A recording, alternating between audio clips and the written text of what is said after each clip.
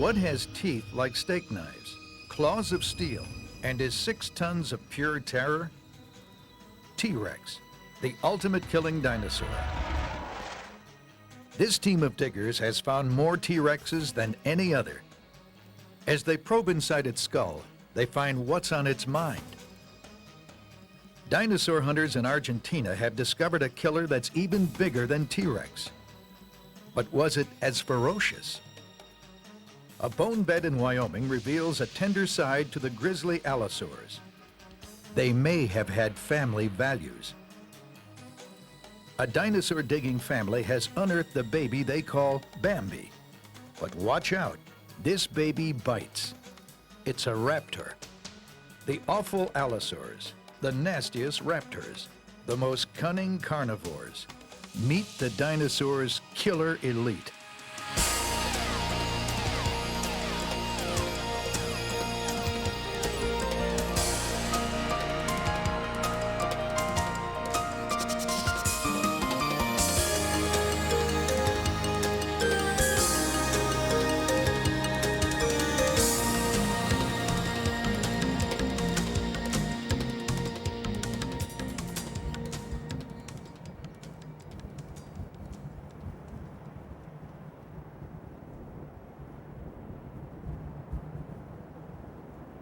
In the desolate badlands of South Dakota, a team of diggers searches for something nearly as precious as diamonds.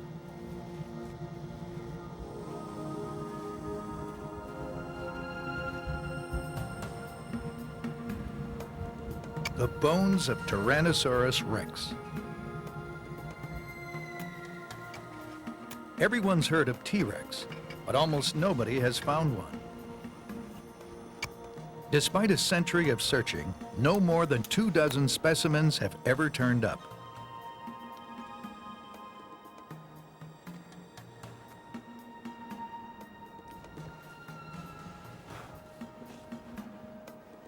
But this team has found more T-Rexes than anyone else. They're from the Black Hills Institute, a private fossil hunting operation headquartered in Hill City, South Dakota. Since 1990, they've uncovered 5 T-Rexes, including 2 of the most complete and largest skeletons anyone has ever seen.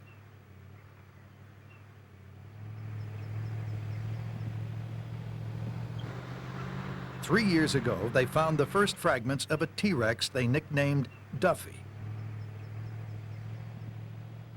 This year, they're back to recover the rest of this once mighty meat-eater. Tyrannosaurs were armed with slashing claws and jaws bristling with 6-inch serrated teeth. They belonged to a group of meat-eating dinosaurs called theropods, meaning beast foot. Common features were a 2-legged stance and 3 main toes on their hind feet. Some were as small as chickens, but an adult T-Rex weighed in at 6 tons, a bit more than a modern bull elephant. They lived near the end of the dinosaur era, the late Cretaceous, from 80 to 65 million years ago. On T-Rex's trail is a team led by dinosaur hunter and Black Hills president Neil Larson, now a veteran of 5 T-Rex digs. Finding Duffy's bones is proving difficult. After 3 seasons, only 25% of the skeleton has been unearthed. Many of the large leg and backbones are still missing. So is much of the head.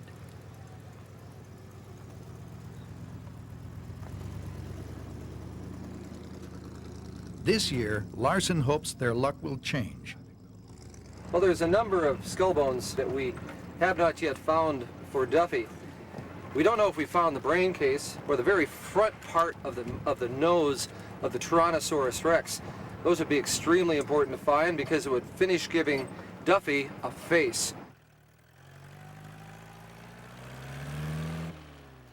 Dinosaur skeletons are rarely found with the bones lying in their proper places, next to each other. More often, scavengers would drag off pieces of the decomposing dinosaur, scattering them over the landscape. That's what dinosaur hunter Terry Wentz suspects happened here. Duffy was scavenged upon and scattered through a large area with a kind of a pocket of bones down here by where these folks are working.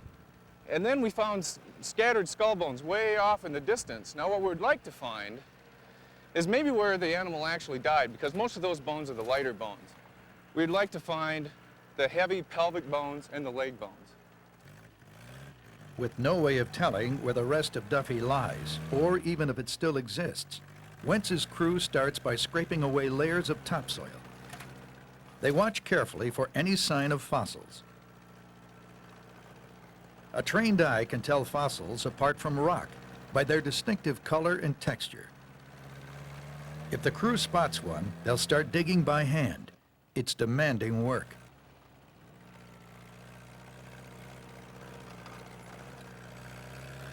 Soon the team uncovers an exciting fossil, but not a dinosaur.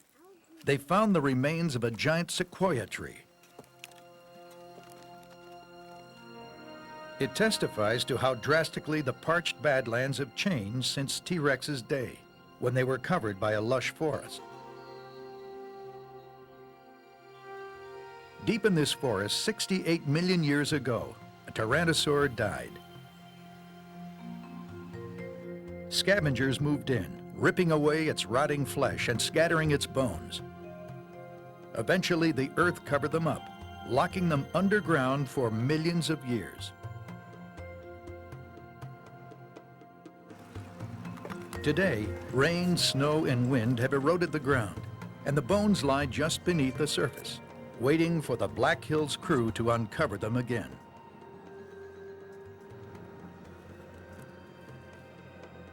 Eventually, the team spots a tooth, and then they discover the very fragment they were hoping to find, the bone from Duffy's front jaw. This is an important bone because this is the part that held the first four teeth of the face of Tyrannosaurus rex. It also held the opening for the nostril of the Tyrannosaurus rex. But another reason it's so important is because this bone holds the first 4 teeth of the T-Rex that would bite into its prey. This is the front of a skull tooth. What's really neat about this tooth is that the tooth broke off in life, and then it kept using it even after it chipped it and even polished the face of it. It probably broke its tooth fighting another Tyrannosaurus rex or biting into the bone of another dinosaur. Digging up Duffy's bones is just the first step. Now they must be taken back to the Black Hills lab, where they'll be cleaned and studied.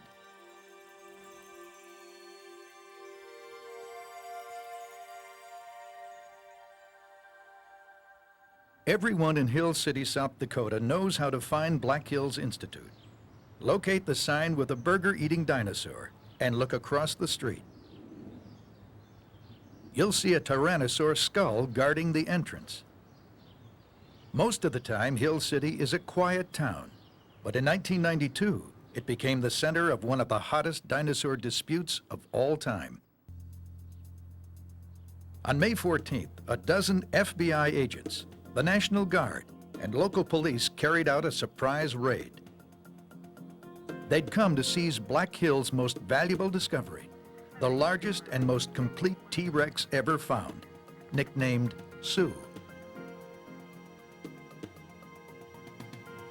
The government claimed that Pete Larson, Neil's brother, dug up Sue in 1990 from public land without permission. They confiscated the bones and locked them up at the South Dakota School of Mines. Larson denied the charge. Hill City residents were up in arms about the government's actions and protested.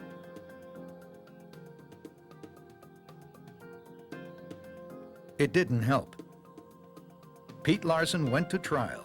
He was acquitted on the charges related to Sue, but was handed a brief sentence for failing to fill out customs forms concerning imported money. In 1997, Sue was turned over to Sotheby's for auction. And I begin with a bid of $500,000, Deputy. Black Hills tried to buy her back, but was outbid. They couldn't match the record $7.6 million she was sold for. Fair warning then at $7,600,000. Up here. $7,600,000. Though there's been nothing quite like the battle over Sioux, the hunt for T-Rex has often stirred up controversy and attracted colorful characters. Men like Barnum Brown, who found the very first T-Rex almost a century ago. He would turn up in the dusty Badlands sporting an elegant raccoon coat and polished boots. They said he could smell fossils. In 1902, Brown spotted a small bit of bone on a Montana hillside. The rock was so tough he had to blast it with dynamite. But what he revealed was astonishing: the remains of a gigantic carnivorous dinosaur. At the American Museum of Natural History, where Brown worked, they unpacked the stupendous fossils and dubbed the new find Tyrannosaurus rex, the tyrant lizard king. Eventually, Brown found another specimen, while the museum assembled the first ever skeleton of a Tyrannosaurus. The legend of the killer T-Rex was born.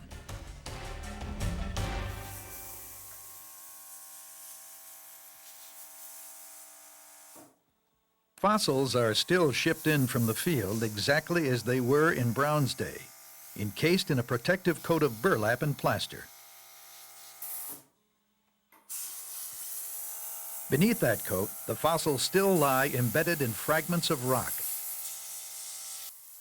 Freeing them is where the hard work of the Black Hills lab begins.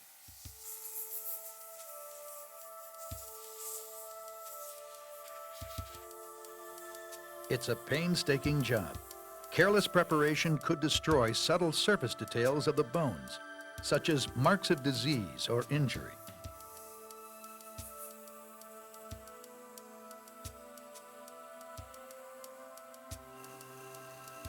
So the Institute has developed a new technique for eliminating the final layer of rock without damaging the bone. It's like a gentle form of sandblasting, but instead of sand, they use baking soda. The soda particles are softer than the fossil bone and won't damage it.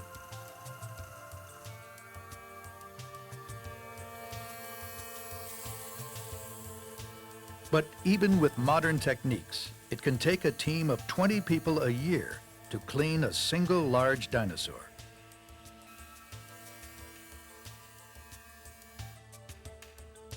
Of the hundreds of bones in a complete tyrannosaur, none are more intriguing than the skull. The team will spend hours poring over every nook and cranny, trying to get inside T-Rex's head and see what really made it the ultimate killing machine.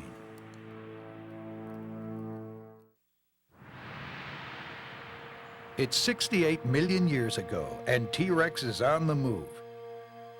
It's picked up the scent of its prey.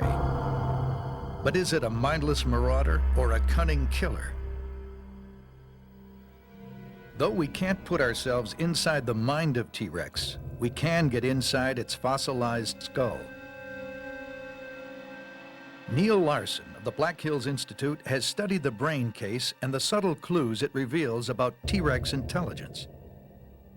This is the inside of the brain case of a Tyrannosaurus rex. By studying the different nerve endings and looking at the outside of the skull, we can see and figure out how large the brain case of the Tyrannosaurus rex is. This is a cast of a brain from a juvenile Tyrannosaurus rex. An adult T-Rex would have a brain about twice this size. Even though the Tyrannosaurus rex had a large-sized brain, it was not as large as a human's. The purpose of the brain was to serve for reflexes, so it could hunt, so it could fight, so it could sleep and figure out if it was hungry, and for mating. But it did not have the mental capacity that it needed if it was to look at the stars and wonder what was going to happen next. It didn't have to appreciate good music. All it had to do was survive in a world of dinosaurs. While T-Rex was no intellectual, its brain was larger than any of today's reptiles. And it was bigger than almost all other dinosaurs, like the plant eaters it tracked down. But just how well that brain could perceive the world around it is a matter of debate.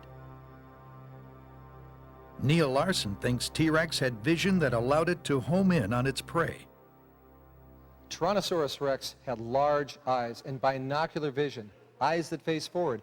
Unlike plant eaters whose eyes were off to the side, Tyrannosaurus rex eyes looked straight ahead at what it was after, just like that of eagles and like that of the world's greatest predators, humans. It could follow its prey, and it also had depth perception, so it knew exactly what distance the prey was. Other scientists aren't so sure T-Rex could see in 3D. While its eyes did face forward, its deep snout may have limited the overlap in vision needed for 3D. But one thing no one argues about is the effectiveness of its teeth, 60 of them in an average skull, and longer and stronger than those of any other dinosaur. Well, we've always heard that the teeth of Tyrannosaurus rex were knife-like or dagger-like and strongly serrated. Well, yes, they are serrated, and the serrations are used for cutting through the meat. They're round in cross-section, they're round in shape, so that as the tooth goes through the meat and meets the bone, it can punch right into the bone, thereby crushing it instead of, if it was flat, breaking off. With its large brain and bone-crushing teeth, T-Rex was long thought to be the most fearsome killer that ever lived. But a new discovery may topple T-Rex from his throne. In 1993, in the Badlands of Argentina called Patagonia, a chance discovery turned up the remains of a predatory dinosaur that may be even bigger than T-Rex. It was found by car mechanic and fossil hunter Ruben Carolini. He lives near the little frontier town of Plaza Juncal, 700 miles southwest of Buenos Aires.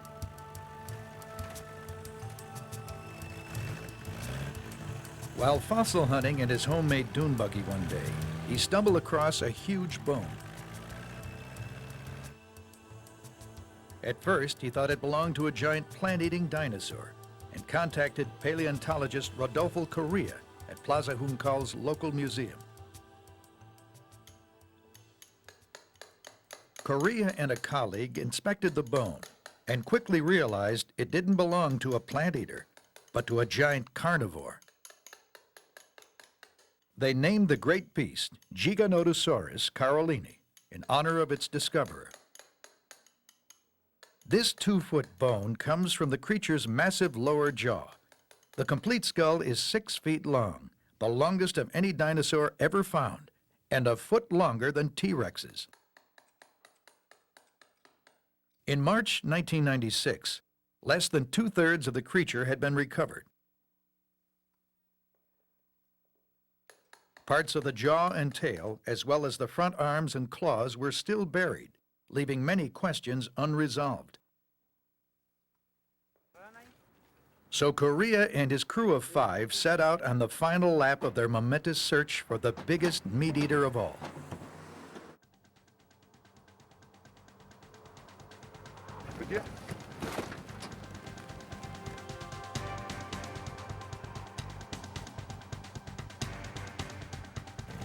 Never passing up a chance to find more of his discovery, Carolini joins the expedition.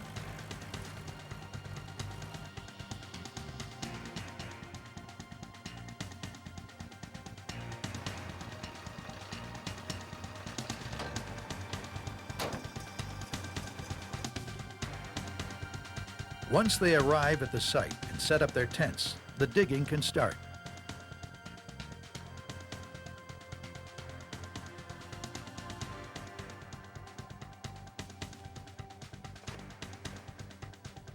Helping the team is visiting American dinosaur hunter Nate Murphy. On the first day, Correa's luck is in. The crew finds part of the skull called the premaxilla, a bone that holds Giganotosaurus's front teeth and forms its snout. It's an important find. Now Correa can piece together the dinosaur's face. It's bigger than I thought. It's kind of a Jimmy Durante of theropods. Right. Big, Right. big nose. It's the last missing piece from Giganotosaurus's 6-foot-long skull, and a face they won't forget in a hurry. It definitely wouldn't have won any beauty contests. Would have made T-Rex look like a prom queen. The nasal bone would be this, in essence, to us. So we've got this big, ugly nasal processes running right down to the opening of the nose. You know, just gnarly, bumpy stuff. And then these huge teeth hanging out. I'll tell you, it'd be your worst nightmare. This thing is ugly.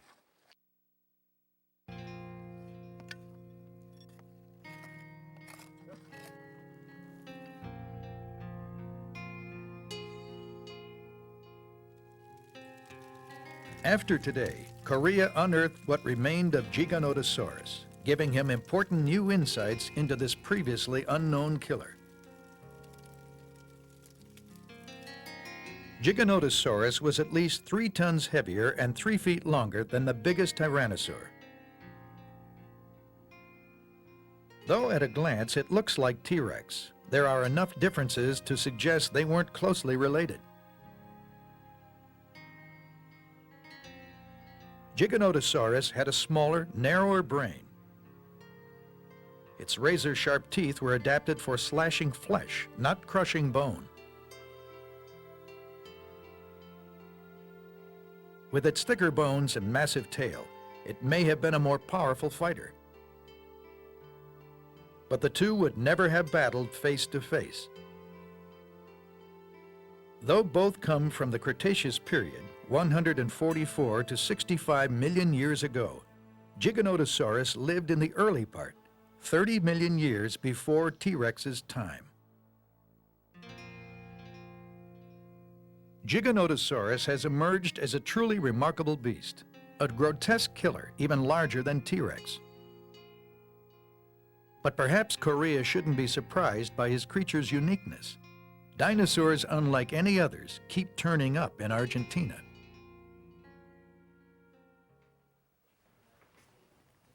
The Argentine Museum of Natural History in Buenos Aires is a treasure house of strange and unique species from ancient Patagonia. For the past 30 years, it has been the home base of Argentina's most celebrated paleontologist, José Bonaparte. In 1985, he excavated the remains of a large meat-eating dinosaur. At about 25 feet in length, it was half the size of Giganotosaurus and not as old. It lived in the Middle Cretaceous period, about 100 million years ago. But as Bonaparte quickly realized, it was more bizarre than other carnivorous dinosaurs. El dinosaurio más raro, más extraño que hemos encontrado. This is the strangest dinosaur we have. Que fue encontrado hace 10 años. It was found 10 years ago in northern Patagonia. Y que tiene. The oddity about this dinosaur are these 2 front horns, along with these very carnivorous teeth. A la presencia de dientes muy carnívoros. This dinosaur also had a shorter snout than other meat-eating dinosaurs. It reminded Bonaparte of a bull, so he named the creature Carnotaurus, or carnivorous bull lizard. No other meat-eater has horns like Carnotaurus. Bonaparte thinks they weren't hunting weapons, but evolved for sexual display, like the antlers of stags. Perhaps male Carnotaurs locked horns when they competed for females. Carnotaurus represents a bizarre offshoot of the meat-eater's family tree. But in Argentina, it's not just exotic branches that are found. The possible roots of the family tree have been discovered here, ancestors that would eventually give rise to the most famous killer of all time, T-Rex. Dinosaur hunters have long hoped to find traces of the earliest dinosaur.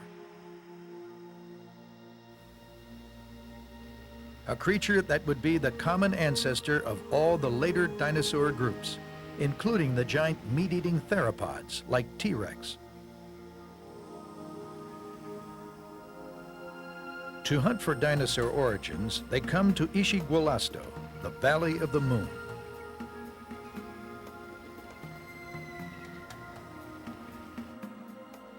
The valley is a gigantic depression in the foothills of the Andes in Argentina. Here, the ancient land surfaces are stacked one on top of another, like pages in a book. Fierce winds batter the parched cliffsides and mesa tops, slowly eating away the old land surfaces, exposing each page of the book and the fossils buried millions of years ago. These rocks date from the Triassic period, from 245 to 210 million years ago. This was the age when the first dinosaurs appeared. In the Valley of the Moon, Argentine scientists uncovered fossils of one such early dinosaur, which they named Herrerasaurus. The creature was around 10 feet long and must have weighed about 500 pounds. Though primitive, it possessed many features seen in the major theropod dinosaurs that followed. Paleontologist Bill Sill of San Juan University has been studying Herrerasaurus for 25 years. Herrerasaurus, a primitive carnivorous dinosaur. You have the high, narrow skull, big eyes, and notice that all of the strength of the muscles of the jaw were straight over the teeth, which meant that all of the muscle power went directly to the teeth. And on top of that, he had a free forelimb. He was bipedal, so his forelimbs were used for grasping, raking, tearing apart the prey. Look at the size of those claws. Before the time of Herrerasaurus, most large land animals were low-slung creatures that resembled crocodiles. Herrerasaurus looked entirely different.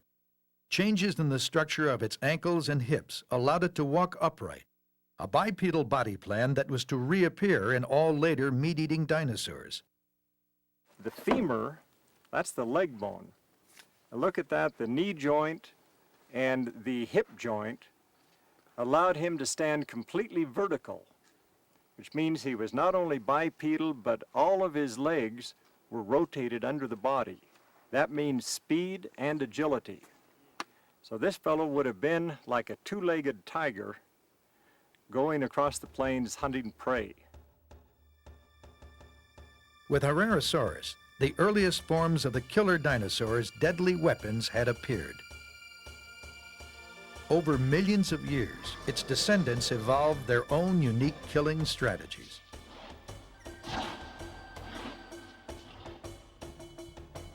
In northwestern Montana, they found the remains of one such descendant. And while they're uncertain of the exact identity, it looks like it could be Velociraptor, a small but chillingly efficient killer.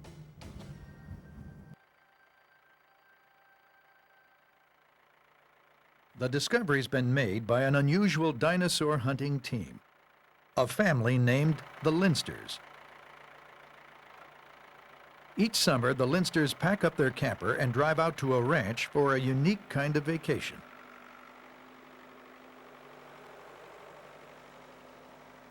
Who needs the beach when you have your very own dinosaur quarry?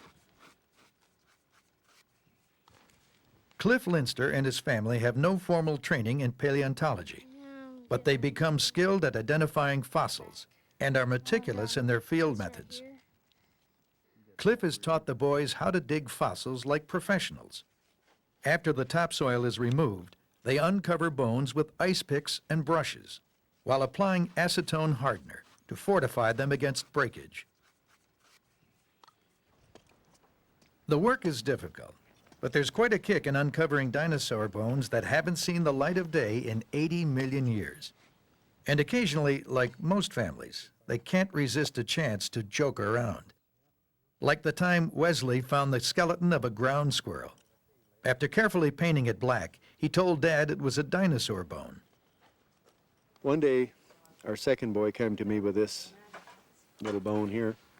We looked it over, we couldn't identify it, and from there we went to the Black Hills Institute, and the first guy we showed it to there got a big smile on his face and dug out his book and said, "Oh, this is a squirrel bone." It is. It's a ground squirrel, common gopher, painted with magic marker, super glued. Good job of faking. But practical jokes can backfire. A few days later, Wesley uncovered the real bones of a small dinosaur. We came up to move some overburden, and I got down a little too deep, and I rolled out a dirt clod, and it had the small jaw in there that I could tell was carnivore after I looked at it for a while.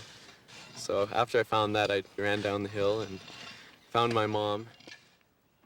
When he first told his mother, she didn't believe him.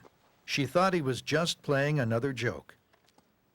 But soon it was clear that Wesley had found the remains of Velociraptor, or a very close relative. Even more exciting, the bones were tiny. This was a baby dinosaur. It was no more than 3 feet long and 18 inches tall, about the size of an eagle. Because the bones were so immature, it was hard to be sure of the exact species. The Lindsters named it Bambi. When the family showed the bones to paleontologist David Burnham, he instantly recognized the importance of their discovery. Pound for pound, this little guy was dynamite.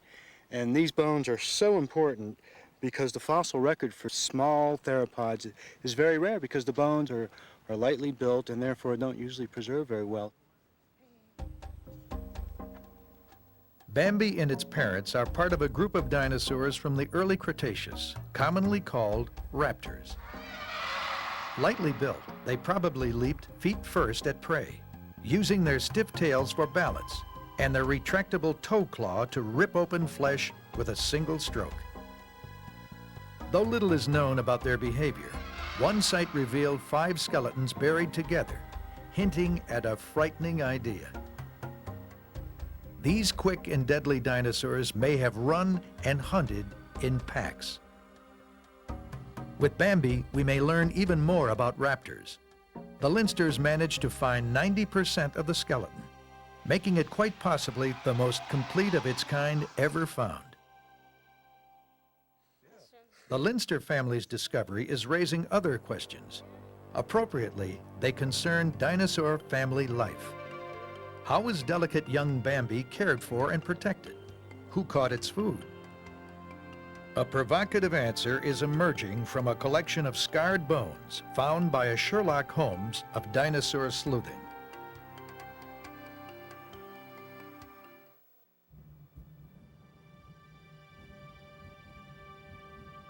This is Como Bluff in Wyoming, a fossil gold mine ever since railroad workers found the first bones here in 1877. Today, it's the favorite hunting ground of Bob Bacher and his wife Constance. Bob is the wild man of dinosaur experts, an original thinker whose provocative theories continue to shake up the field. Now he's reconstructing the family life of carnivorous dinosaurs. The work began when Bob opened a new site just below the ridge at Como Bluff.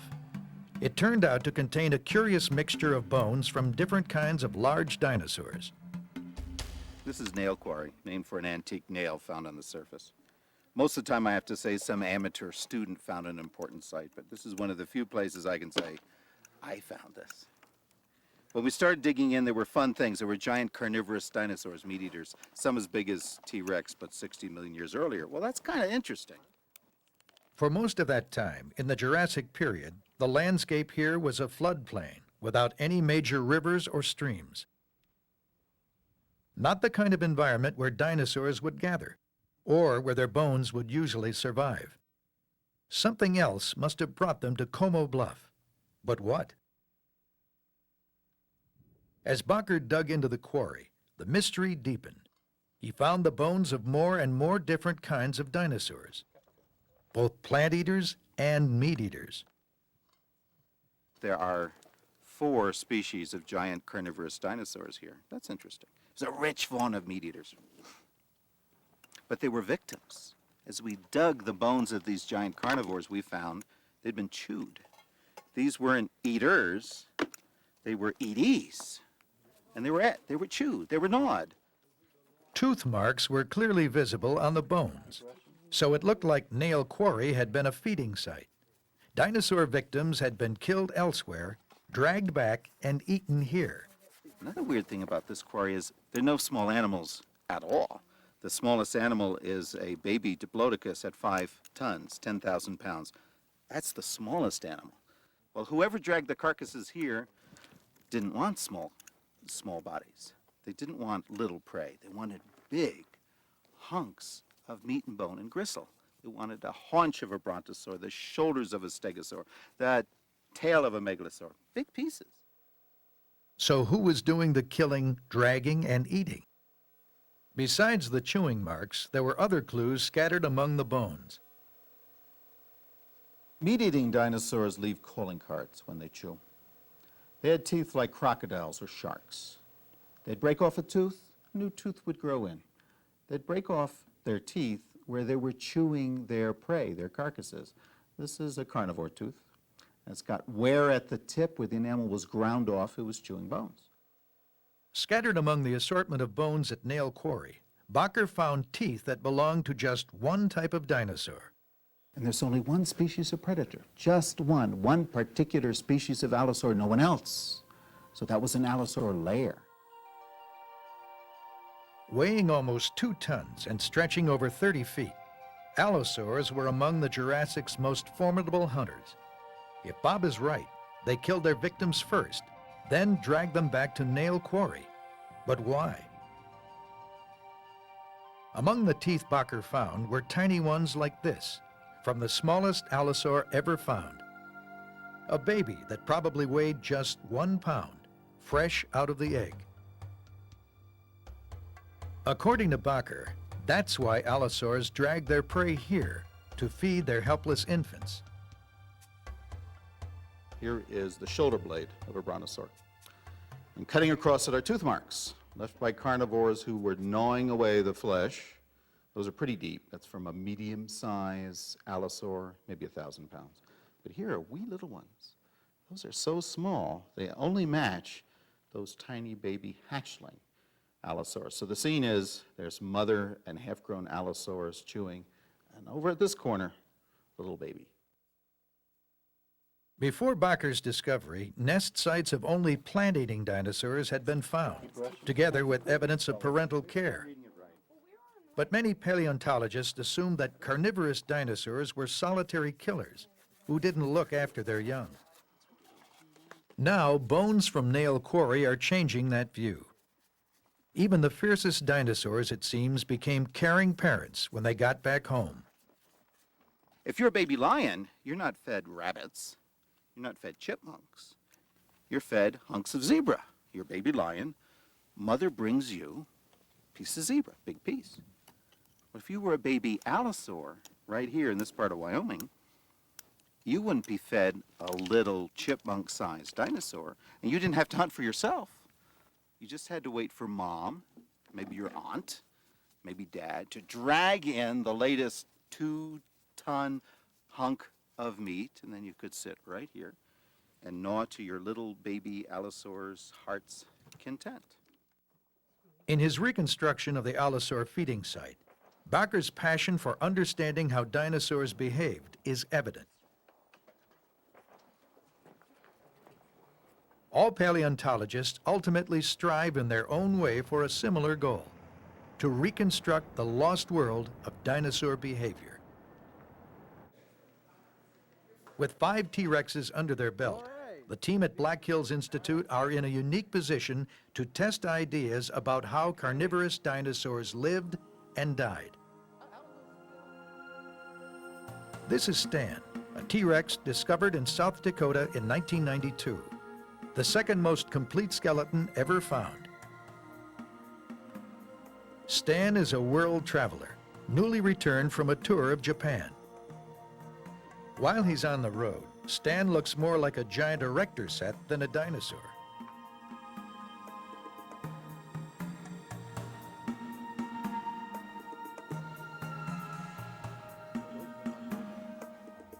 That's because he's designed to be taken apart and fit into a collection of wooden crates, then slotted back together when he reaches his destination. Each bone is the original fossil. Black Hills has used all of its knowledge of T-Rexes to restore and mount Stan. Anatomically, he's probably the most up-to-date version of a T-Rex in the world today.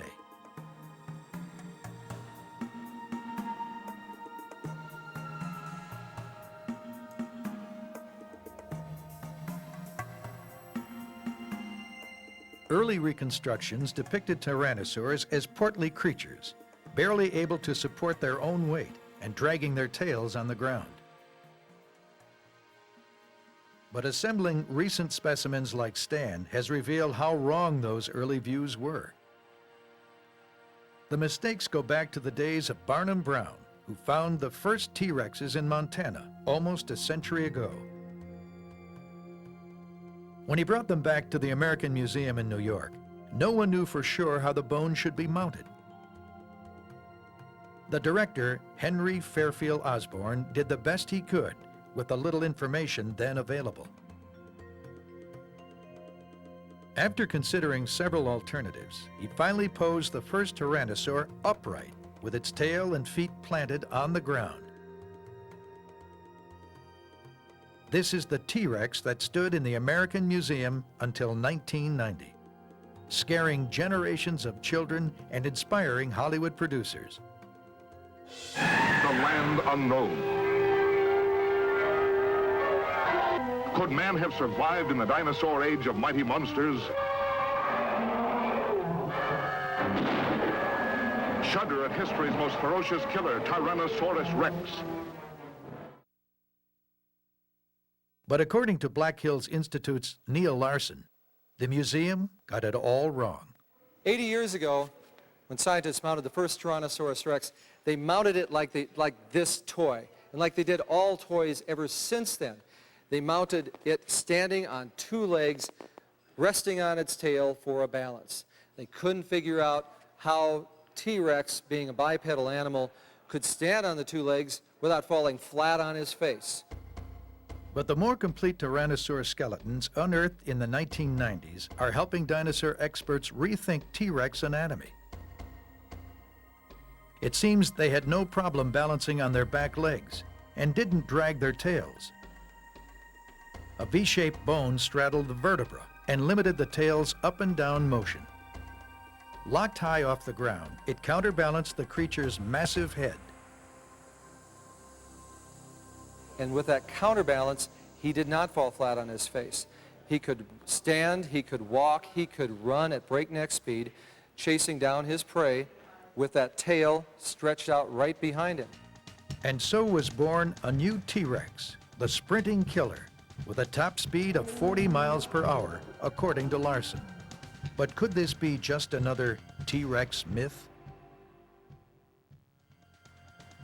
Could T-Rex really sprint up to 40 miles per hour, as its revised posture suggests?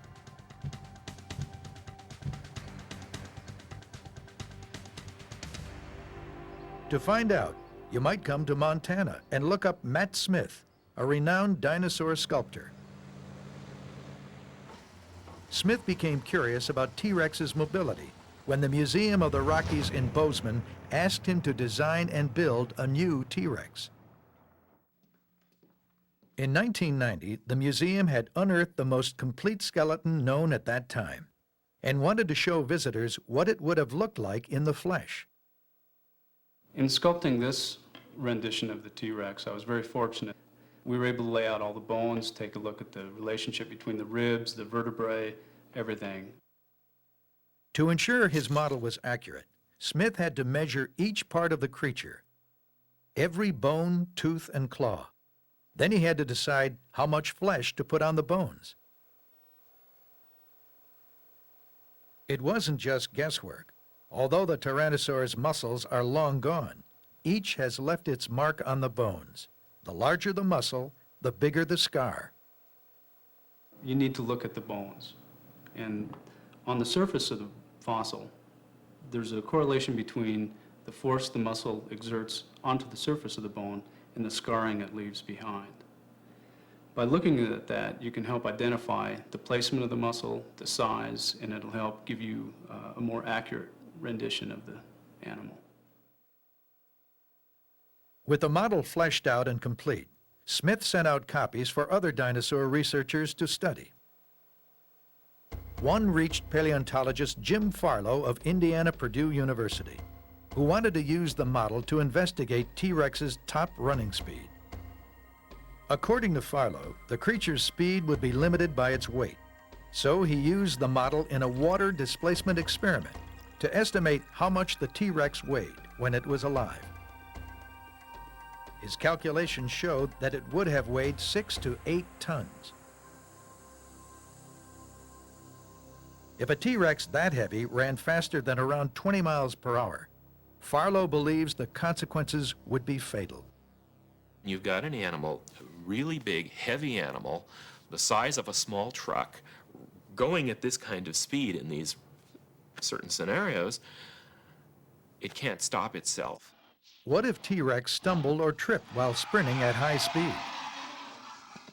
The head alone coming down from 15 feet in the air, that would be like taking a really big watermelon and dropping it from a second or third story window. I mean, the impact, the deceleration would sort of make it blow up like a water balloon.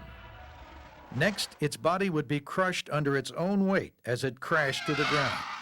Internal bleeding, broken bones, punctured lungs. You know, I just don't think it likely that the animal would have engaged in that kind of activity, even if the leg bones had been capable of supporting it. The risk strikes me as just too great. Not everyone accepts Farlow's view, but a T-Rex running at even 20 miles an hour would be terrifying enough. Though tripping may have been disastrous for T-Rex, it wasn't the only danger large carnivorous dinosaurs faced. As scientists scrutinize the bones of meat-eaters, the truly violent nature of their world is appearing. At the Black Hills Institute, dinosaur hunter Terry Wentz examined Sue before she was locked away by the FBI. He recalls injuries he found in her bones. Well, Tyrannosaurus rex had a very violent, hard life. I mean, they fought a lot, and we can tell that because of the things we found with, like Sue, for instance, the Tyrannosaurus rex from Faith area. When I was working on the rib, one of the ribs had a big mass of extra bone growth on it. Real weird looking. It didn't look like a rib at all. It had just a big mass of bone on it, extra bone, from an injury. Way down inside of that injury was a piece of Tyrannosaurus rex tooth. That rib had been bitten into by another T-Rex. And she also had another very interesting injury that astounds scientists when they see it. That is, she had a broken leg. And Sue survived that injury. It actually healed. With a broken leg, Sue could not have hunted for food. Perhaps a mate fed her while she convalesced. Could a fearsome T-Rex also be a kind partner? Maybe, but in the end, it was another tyrannosaur that caused Sue's death. The last injury that Sue had didn't heal. She was literally bitten in the back of the head by another T-Rex, and it killed her. He bit in the back, crushed her skull on top, and just ripped out the lower jaw. It was just ripped right out, and you can kind of tell it looked like the flesh on the front of the jaw actually held it in place, but the whole back of the jaw was just ripped right out. Some meat-eaters mutilated each other, perhaps while defending their turf. Others were wounded in pursuit of prey. Bob Bacher has found evidence that the mightiest hunters of the Jurassic period, the allosaurs, faced menacing adversaries. This particular allosaur has a wound inflicted in a battle with a plant eater. It's right here. There's a deep, penetrating wound which went all the way through the bone and produced an open, oozing abscess that lasted for months. Every time this critter sat down, it probably went, whoo! Who made the wound? probably the rear end of a stegosaurus, where there are massive spikes.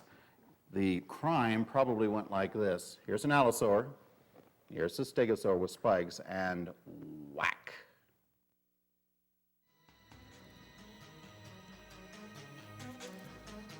As the slow work of freeing their secrets from the rock continues, the true lives of the meat-eating dinosaurs are coming to light. While there's no doubt they were horrifying monsters, scientists are discovering that they were like nearly all creatures that have inhabited Earth. They struggled in their own unique ways to survive, to feed themselves, to care for their young, and to protect their kind. As more new discoveries are made and more bones interpreted, the killer dinosaurs are becoming more fascinating than ever.